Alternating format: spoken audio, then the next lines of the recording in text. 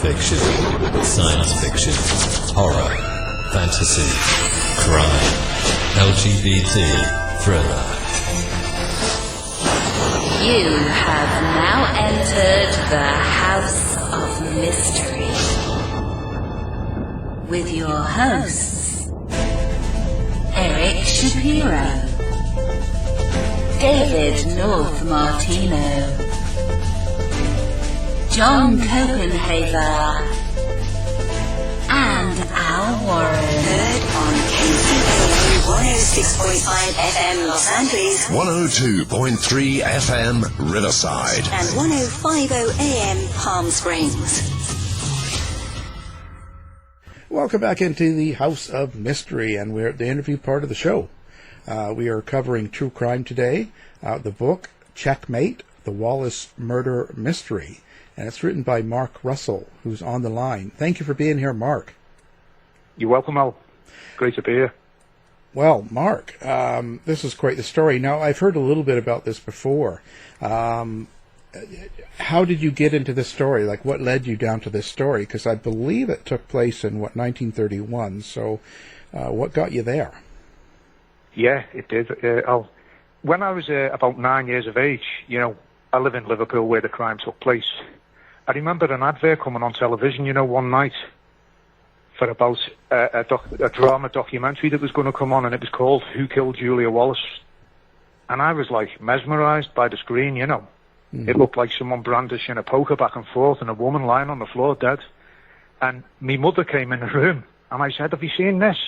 And she notified me that she said, it happened just up the road, not far away, in 1931. Well, I was just amazed, intrigued completely. And at the time, in 1931, my mother's family lived in the area of Anfield where it happened. So it had a bit of a personal connection as well, So that ignited my interest in the case. And, we watched it when the programme was aired a couple of nights later. We watched it, and me parents, me mother said, we'll go up there to Wolverton Street, where the crime happened. We'll go up to have a look at the house tomorrow. So we went up there, and it was quite eerie looking, looking at the house, and the street was in darkness. And, but that moment had a lasting effect on me, and, really give me the interest in the case. So how do you go about investigating a case that was in 1931? It must be pretty hard to find people that were alive at the time and knew about the crime or were part of the family, right? Or right, yeah, it was. What I done was I wrote to the local Echo newspaper, asking if anyone had any connection to the case or who had family connected to the case. And I wasn't met with a very good, response.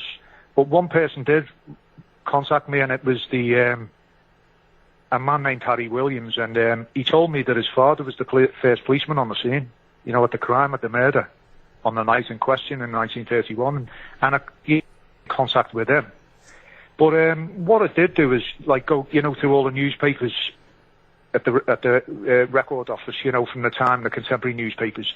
I viewed the Merseyside police records, from the crime. They were available. And also, and eventually went down to the National Archives in Kew to view the records that they had there, the Department of Public Prosecution's files, and there was a substantial amount, altogether. So I was able to build a book around what it accessed. Yeah, that's when you said you didn't get necessarily a good, warm response. Why do you think that is? I think it could be, a lot of. I'm not sure. It could be something like people didn't see the letter in the paper, or a lot of the people who were involved with the case had passed away, and died, and their families might not have been interested in pursuing the case, anything right. to do with it. Yeah, it's crazy. Okay, so what's the basic layout of the crime? Maybe set the scene for the listeners. Yes, of course. Well, on the 19th of January, Wallace was a 52-year-old. William Wallace was he was an insurance man, and he used to go around collecting insurance. He was a man from the Prudential. And he'd, take people's, they'd give him money, every whatever, and he'd collect on his rounds. Well, on the 19th, he visited the chess club in Liverpool. It was the Central Chess Club in the city centre. He used to attend. His hobby in life was chess. He loved chess, and he used to go to the chess club every so often. And this night he went to the chess club. He found out there had been a telephone message left for him from a caller, and he arrived 20 minutes after we established that the call was made. And the chess club captain, Mr. Beattie, approached Wallace and said, I had a call earlier, Mr. Wallace, for you to call as an address tomorrow night, the 20th. And he said, who from? And he said, the names are Qualtrough. Now, it's an unusual name, but in Liverpool, it's, the Isle of Man, close to Liverpool. It's of Manx origin. Qualtrough. It's pronounced Qualtrough. And he said, I don't know anyone by the name of Qualtrough. Where's the address? And he said, 25 Menlove Gardens East, in an area of Liverpool in the south of the city. It ends up about 4 miles away from Wallace's address. And he said, I don't know anyone by that name. What did he say? He said, they want you to call with regards to your business. He want to take an endowment policy out on his daughter, this caller. So Wallace didn't think anything else. He said, I'll go tomorrow. I'll check it out. And well, anyway, he plays his chess that night, and on the way home, he's walking home with a friend and neighbour, and he asks him which way to go, and another neighbour, the neighbour says, take a certain route, but Wallace said, I'll go another way that I've got an idea of. Well, anyway, on the 20th, he's collecting that day, and he comes home in the night, early evening, and Wallace said he left the house at 7:15, and he went to Menlove Gardens area in the south of the city. He takes 3 trams to get there. And when he goes to Menlove Gardens, he finds out that there's a north, west and a south, but there's no east. So he asks around the area, in different shops. He even asked the policeman. And after about 3/4 of an hour in the area, he takes a streetcar back home. And about 8:45, he reaches his home, and he goes in the house and finds his wife, Julia, bludgeoned to death on the floor, in the front parlour, the front room, the living room. Wow. Oh, so, wow. So what do you think? So I guess the police started thinking it was him. He's the closest. But isn't that kind of an alibi, all of the things he was doing? Yes, that's a good point. I mean, that was one of the reasons also why the police think it was him who done it, because he was going out of his way to establish where he was, in an area that he said he didn't know. But in actual fact, he did know the area of, Menlove Gardens. I'm not saying he knew Menlove Gardens, but he knew that area because the superintendent, his boss, is superintendent at the prudential offices. His house was about 300 yards from the Menlove Gardens area, but his boss did not know whether there was a Menlove Gardens East or not. You see, what the police believed is that Wallace, he made the phone call himself the night before, deliberately, to, like as a subterfuge to give him an excuse to, the following night. And when he went up to Menlove Gardens, he could ask around, because there's no such address. Whereas if he knocked on an address that existed, it'd just get him there, and he'd find out that there was no one there by that name. Whereas police think the police thought that, he's given a non-existent address, so he can ask several people to establish where he was up there. So now you said she was bludgeoned. So do we know what happened to her? Like, what was she bludgeoned with, or was it a struggle, and do we know the death time or any of that sort of thing? Yeah, that's a good point, Al. When Wallace got home, he said he couldn't get in through the front door because it was the usual practice, you see. In England, we have terraced houses, so you can go out the back way of a day, but of a night you come in through the front. It's the way it worked. When he got home, he got into the house at about 9:15, and he asked his neighbours next door, because they were coming out the house next door. He asked if they would wait because he couldn't get in and that. So he goes in the house and he's looking around, and then he comes back out to the neighbours and says, come in, she's been killed. So they go into the front room. Now, the police come at about 9:10. Then the main police detectives, the superintendents and detectives, the main ones, the Liverpool CID, they appear about 10 to 10, and the pathologist appears about sometime just around that. And the pathologist, Mr. McFall, Dr. McFall, on his first report of the death, he said that the victim had been struck 3 or 4 times with terrific force with something like with a large-headed weapon. I don't know, like a club or something. But in his reports the day after that, he changed his, evidence saying she'd been struck with one violent, terrific blow to the left of the head, and the other 10 blows, so 11 in all, less ferocious, but to the back of the head, crushing the skull in.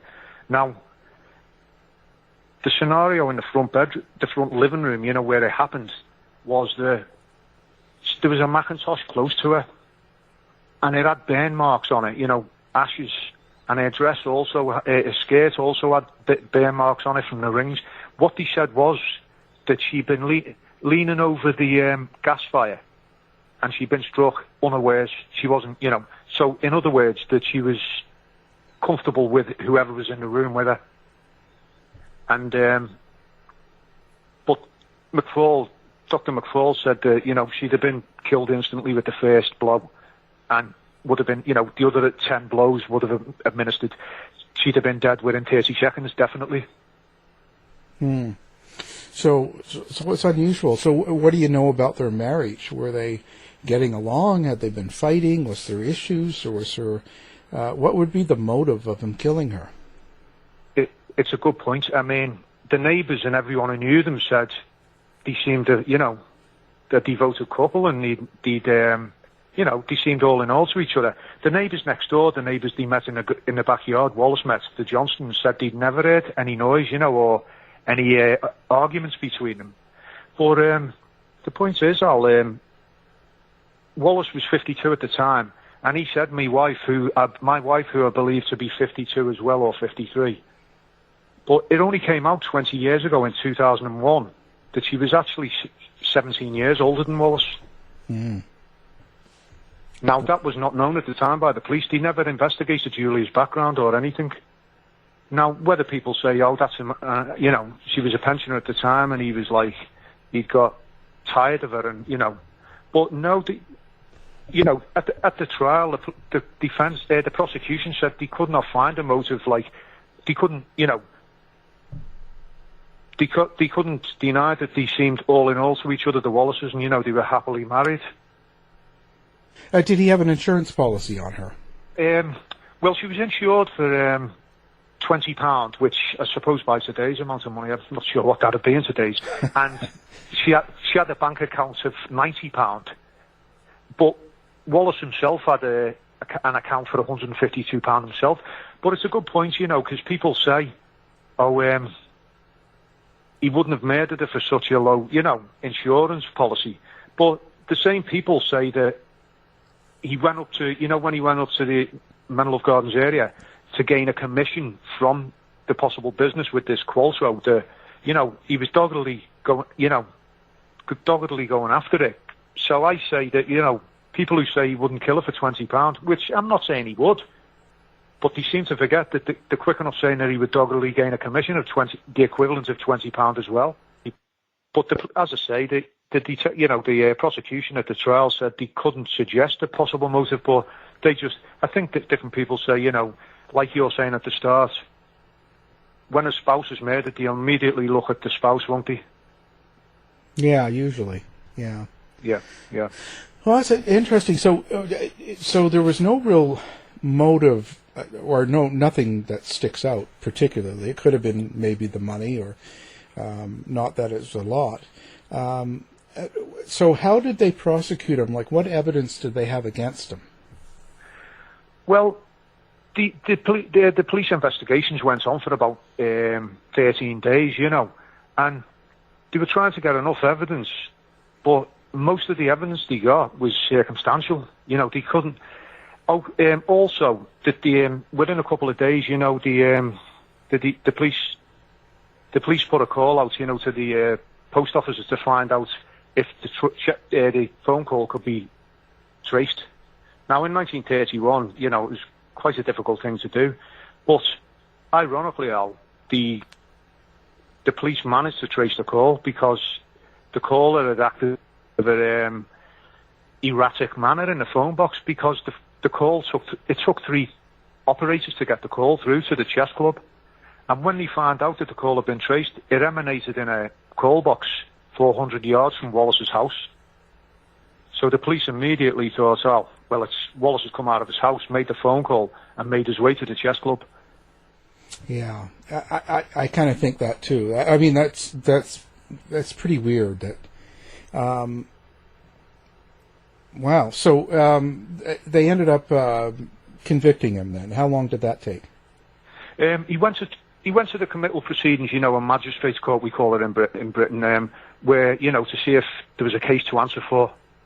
And he found out that, you know, he did that. There was a case to answer for, and he was sent to the Spring Assizes, you know, the main trial at Liverpool Crown Court in 1931 in April.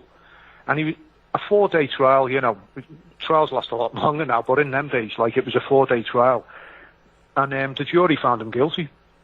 But the ironic thing was, a lot of people, the judge, Mr. Wright, from what I've read of the transcripts and what the general belief is, that the judge believed that it hadn't been proved with, you know, it hadn't been proved totally that Wallace had done it, and he was sort of like directing the jury to, you know, a not guilty verdict.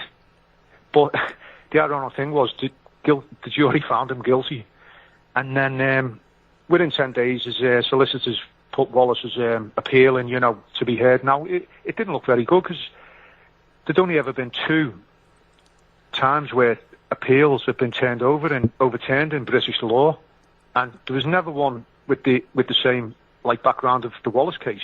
So what happened was he was took down to London to the law courts, and which is now the Royal Court of Justice, and over a 2-day hearing, his appeal was over 2 days, and the law judges, the law courts, the three appeal judges, they found him, you know, the verdict. So, you know, it wasn't proved with, you know, with in regards to the evidence, and he was like the verdict was quashed, and he was, you know, he won his appeal over it, basically. Oh, so he got free on it. Did they try to try him again or anything like that? No, that was it then. He was, like, you know, free. So how did it go for his life then after that big trial and after the appeal, and he got set free? Was he able to go on selling life insurance and living in the same place and all that, or did people not like him anymore? Well, that's a good point, Al, because you see, at the time, I know my grandparents, you know, they used to pay him on his round, and my grandparents and my great aunt was obsessed with the case. She actually went to the trial, Wallace's trial, and she used to pay him, and she thought he was absolutely guilty. She said, I always knew there was something about him. And my grandfather was the opposite. My grandfather always said, although he was a bit aloof, you know, he seemed a bit conceited, man Wallace, but my grandfather believed that he believed in his innocence. But what happened was, he went back to his home in Wolverton Street, but his solicitor, Hector Munro, advised Wallace against it. He said it wouldn't really be a good idea to go back to the same area. And like you said, he was met with hostility on his rounds, you know, and people shouting, and all the children in the area, like, you know, referring to him as a murderer. Another thing was that people said, you know, when you mentioned about motive before, you know, the local gossips would say, oh, he's got another woman or that. But that never came about. It was never found out afterwards that he had a woman, another woman in the case. But he ended up going on around, but he'd get poison pen letters sent to him and, you know, hate mail, and he'd hand them over to the solicitor, and his solicitor, Hector Munro, said, look, it wouldn't be a good idea to carry on living there. And in the end, Wallace moved out and moved across the Mersey in Liverpool to the Wirral Peninsula, which is, you know, I think and what Wallace done was, the Prudential offices is in Liverpool, in the city centre, not far from the chess club, actually. And what he done was, he said, he took him off his round and he gave him an office job, you know, to save any harassment or that. And so his bungalow was about 3/4 of a mile away by by train and streetcar and that. And when he went to the chess club again, he was sort of like, you know, snubbed. He didn't, what people were used to be as, you know, co-players in the club, he didn't really want to know him anymore. So he felt, you know, I think the general consensus was that I think they thought he was guilty. But he died 2 years after, you know, he died, you know, well, just a bit more than 2 years after Julia died. He was only 54 when he passed away. What did he die of? Well, he had a recurrent kidney problem, you know. When he was younger, one of his jobs was, before he became a prudential officer, he went to India and China. His brother was in the Far East, Joseph, his younger brother, and he advised Wallace to come over there, you know, to work as a draper's assistant and different things. But the heat. But Wallace had a recurrent kidney problem, you know. He had it operated on several times, and when he eventually come back from China in 1907, he had his kidney removed, you know, in Guy's Hospital, and he always had this problem with his kidney. And, you know, on his death certificate, it states like uremia, which is like a urinary problem, you know, and pyelonephritis due to, you know, kidney problems and the left kidney removed.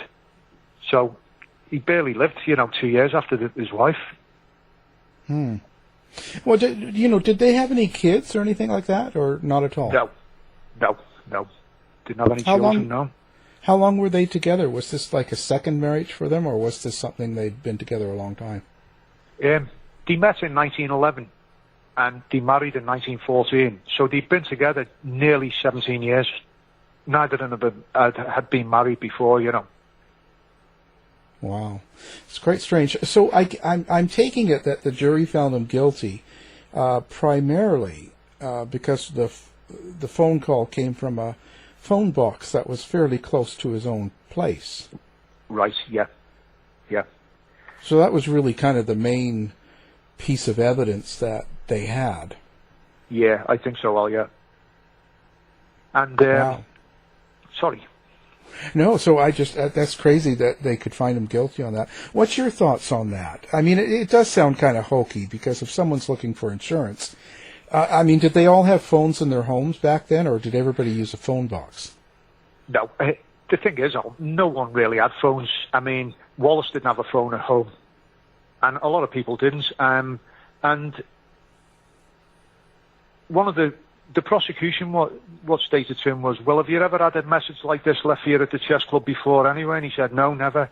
And when they asked him, you see, what he was trying to make out, and the defence tried to make out in Wallace's defence, was that someone had called at the house, you know, on the night when Wallace had gone out, been shown, it was someone that Julia had known, and been shown to you see, in houses in Liverpool then, the front parlour was used mainly for admitting guests into, or in Wallace's case as well, Julia played the piano and Wallace played the violin, so it was like musical evenings as well they would have.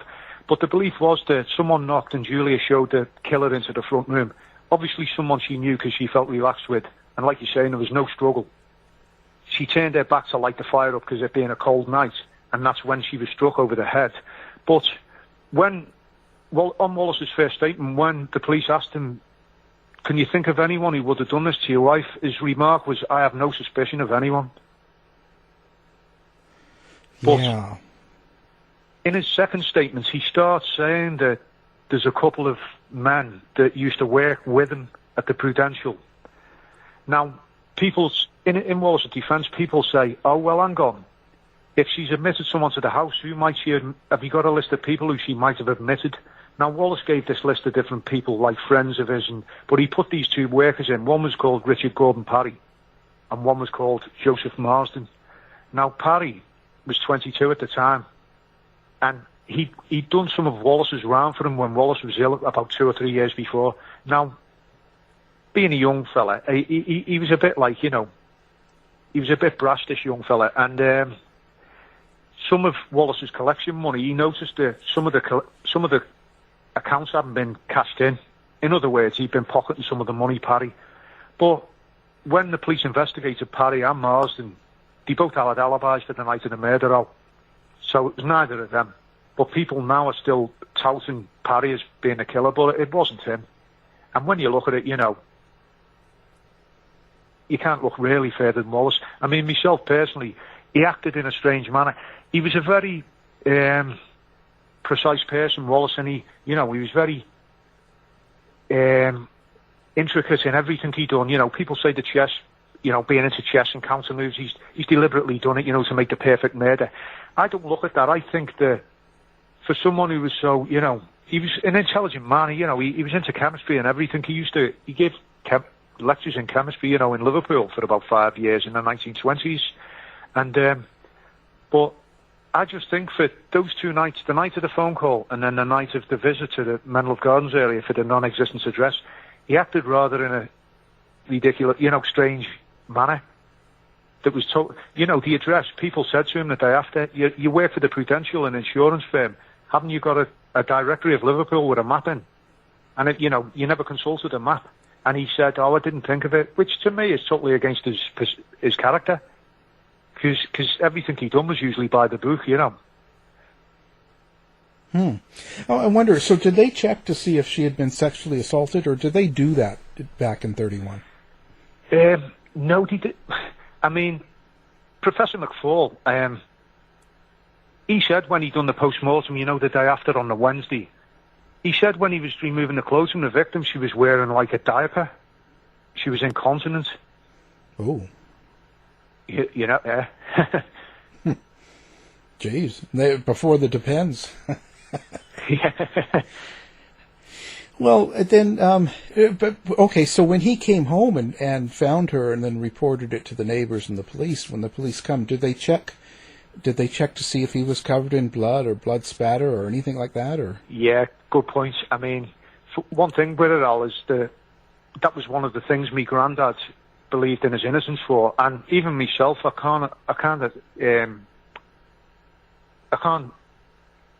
describe how someone, if it was Wallace, he managed to kill her and not have it. Yeah, when he was taken to Liverpool, the Anfield police station, he was examined by Detective Gold, and he said there was, he checked his hands, his face, his legs, his boots and everything, and there wasn't any blood on Wallace. There was none on him. But the funny thing is, in their search of the house, the police as well, they hired 2 powerful lamps from the Liverpool Fire Brigade, so they could check everywhere, very intricately, all over the house. And there was no, with the exception of the blood in the parlour where the victim was, there was no blood in the house anywhere except in the lavatory upstairs, a small spot on the toilet pan. But they're not sure whether that was from the same time anyway. But there was no blood on him, no. Wallace, no.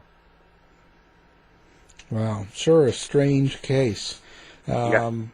And so nobody else was ever arrested, and it just sort of, the case just kind of stayed cold then. Yeah, yes. I know Wallace, after, when he got his acquittal quashed and when he was like going back to his office job and that, he was libelled by a few newspapers, so he sued them. He was advised to sue. But he'd done an article, a five-part article for a magazine that was called John Bull in Britain in the 1930s. And he people could say, well, he never exactly written it. He gave his life story, and it was ghost written, to make it more interesting. But Wallace continued to believe that it was someone else, and in other words, it was Richard Gordon Parry. And he continued to believe that it was Parry who murdered his wife. But now this, to me, seems that I personally think it was Wallace who done it. And he's trying to fit someone else up with, like, a patsy, basically. Well, and why did he say Parry would do it? Like, what was his thinking behind that? Like, what was going on? I don't know. I think he's probably been the nearest possible suspect that he could think of. Maybe because he said that Parry had been stealing money in the past. That's another thing, Al. When he came home, Wallace, he said that that was another thing he said, the police investigation said, well, why would your house be burgled? He said, they burgled, what he had a cash box in the back room, the room that he lived in. It was like a kitchen area with a range. And when he took this cash box down, he said there had been about £4 missing. Now, that was the money he collected on his round over the last couple of days. He'd had influenza on the Saturday, so it was a low amount of money, you know. But the police, another thing that the police thought is suspect, that Wallace was trying to make out that whoever killed his wife had then took the money down off the cash box, off a shelf that's 7 foot 2 high, took the money out and then put the cash box back. And Detective Superintendent Moore said a thief wouldn't do it. I can't see a thief why he would replace a cash box. But I think the idea that whoever killed Julia was like, you know, trying to steal the money out of the house as well. Sure, a weird case. And so, what's your feeling on it then? At the end of the day, if someone said to you, "Who did he kill his wife or not?" How do you answer? I'd have to say yes. Now, when people say, "Well, what would he do it for?" I don't know. I mean, Wallace was one of those sorts of people. He seemed to be like a narcissist, and I think he thought he was a bit more intelligent than, you know, the average ordinary person. And people might say, "Oh, that's far-fetched. I don't believe that." But I honestly think he was trying to commit the perfect crime. You know, people do kill without motives, don't they? You know, look at Leopold and Loeb. Yeah. And, you know, they kidnapped that boy, didn't they, and murdered him just to see if they could get away with it. Oh, yeah, there's all sorts of weird stuff that goes on. You just never know, right? But it's just strange, because there's usually something. You know, he must have really disliked her then. Yes. I mean, you know, like you're asking before, you know, people couldn't think. I mean, even, like I say, the prosecution said, we cannot find an exact motive, but people do kill for the most unusual reasons, don't they? And, you know, a friend of mine a few years ago, when we were at a bit of a talk, someone was giving a talk on the Wallace case. She said to me, "I wonder what Wallace would think now." And I said, "And there lies your answer. I don't know, maybe he wanted some infamy, you know." Yeah, who knows? It's hard to say. Doesn't sound, you know, at this point. That's quite an interesting case.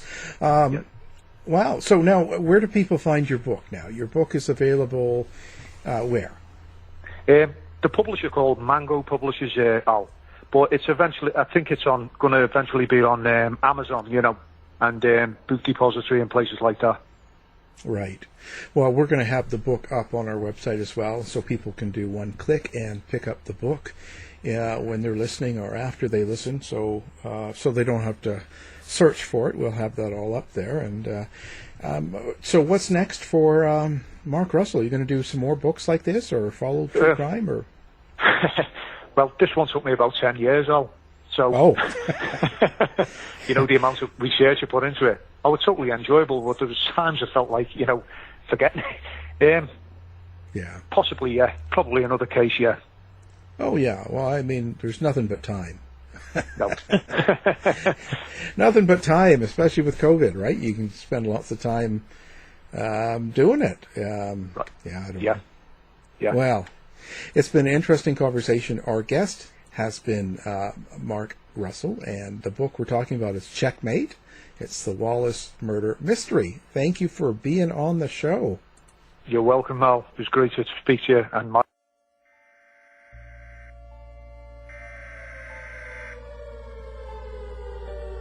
We interrupt our programming. This is a national emergency. Important details will follow. Are you prepared? Legacy Food Storage. The best way to protect your family is by being prepared. Go now to legacyfoodstorage.com. Use coupon code HOM15 now for 15% off. Quick, go!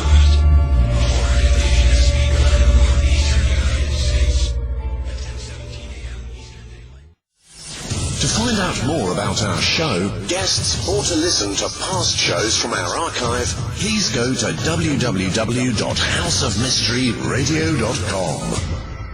Show's over for now. Was it as good for you as it was for me? Well, good night. This has been a production of Something Weird Media. I'll be back.